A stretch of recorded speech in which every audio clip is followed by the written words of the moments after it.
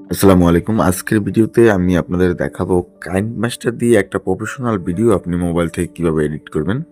তো চলুন শুরু করি। আমরা কাইনমাস্টারে গেলাম। কাইনমাস্টারে যাওয়ার পরে আমরা এখানে কিছু অপশন দেখতে পাবো যেগুলো হচ্ছে গিয়া হোম, ক্রিয়েট নাও। তো ক্রিয়েট নাওতে যদি আমরা ক্লিক করি এবং নিচে আমরা আরও অপশনগুলো দেখতে পাচ্ছি যে হোম আছে, মিক্স আছে, ক্রিয়েট আছে এবং মি আছে। তো এখানে আমরা যদি লগ ইন করি তো সেগুলো লগ ইন করতে পারবো এবং বিভিন্ন টেমপ্লেট এখানে দেখতে পাওয়া যায়।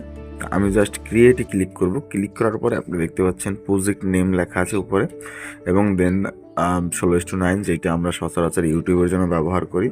দেন আপনি অ্যাডভান্স কিছু ফিচার যেগুলো আমাদের কোনো কাজে লাগবে না। তো আমি 16:9 ক্লিক করে জাস্ট ক্রিয়েটে ক্লিক করলাম। ক্রিয়েটে ক্লিক করার পরে আমাদের কাছে এখানে সম্পূর্ণ আমার মোবাইলের স্টোরেজ অ্যাক্সেস হচ্ছে। স্টোরেজ অ্যাক্সেস হওয়ার পরে আমি এখান থেকে যে কোনো একটা ভিডিও সিলেক্ট করতে চাচ্ছি। যে কোনো একটা ভিডিও সিলেক্ট করার পরে আমার টাইম লাইনে চলে আসলো ভিডিওটা। আপনারা দেখতে পাচ্ছেন যে আমার টাইম লাইনে সম্পূর্ণ ভিডিওটা আমি এখানে রান করতে পারতেছি। তো এখানে জাস্ট আমি যদি ক্লিক করি, এখানে স্প্রিন্ট করি, একটা যে কোনো একটা কাট লাগাতে চাচ্ছি, যেমন একটা ভিডিওটা 2টা ভিডিওতে ফরম্যাট করতে চাচ্ছি। আমি যদি কাটিং করি তো জাস্ট এখানে trim to right, trim to left আমি করলাম। জাস্ট ট্রিম টু রাইট করলে ট্রিম টু রাইটেরটা কেটে যাবে এবং স্প্লিট করলে মাঝখান থেকে কেটে যাবে। তো আমি কয়েকটা ভাগে ভিডিওটাকে কাট করলাম। কাট করার পরে আপনি চাইলে এখানে একটা ট্রানজ্যাকশন অ্যাড করতে পারেন প্রত্যেকটা ভিডিওতে। যেমন আমি একটা সিম্পল ট্রানজ্যাকশন ইউজ করলাম।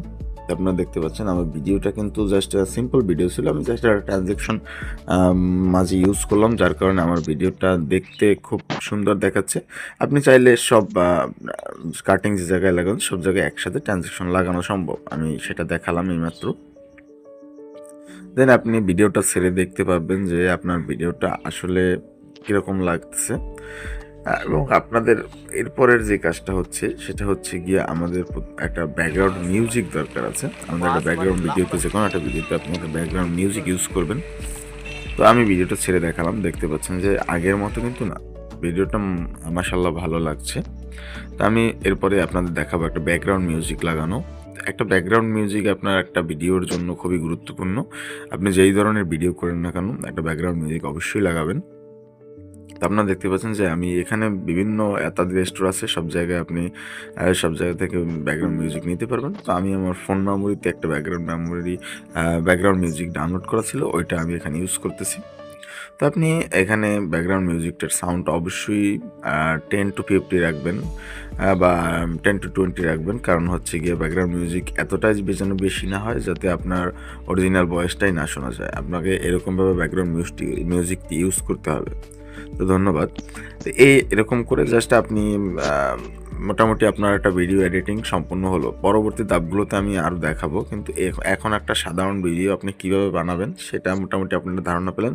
এবং জাস্ট এক্সপোর্টে আপনি টিক দিবেন। এই যে আমি টিক দিয়ে যেটা দেখাচ্ছি আপনি ক্লিক করবেন।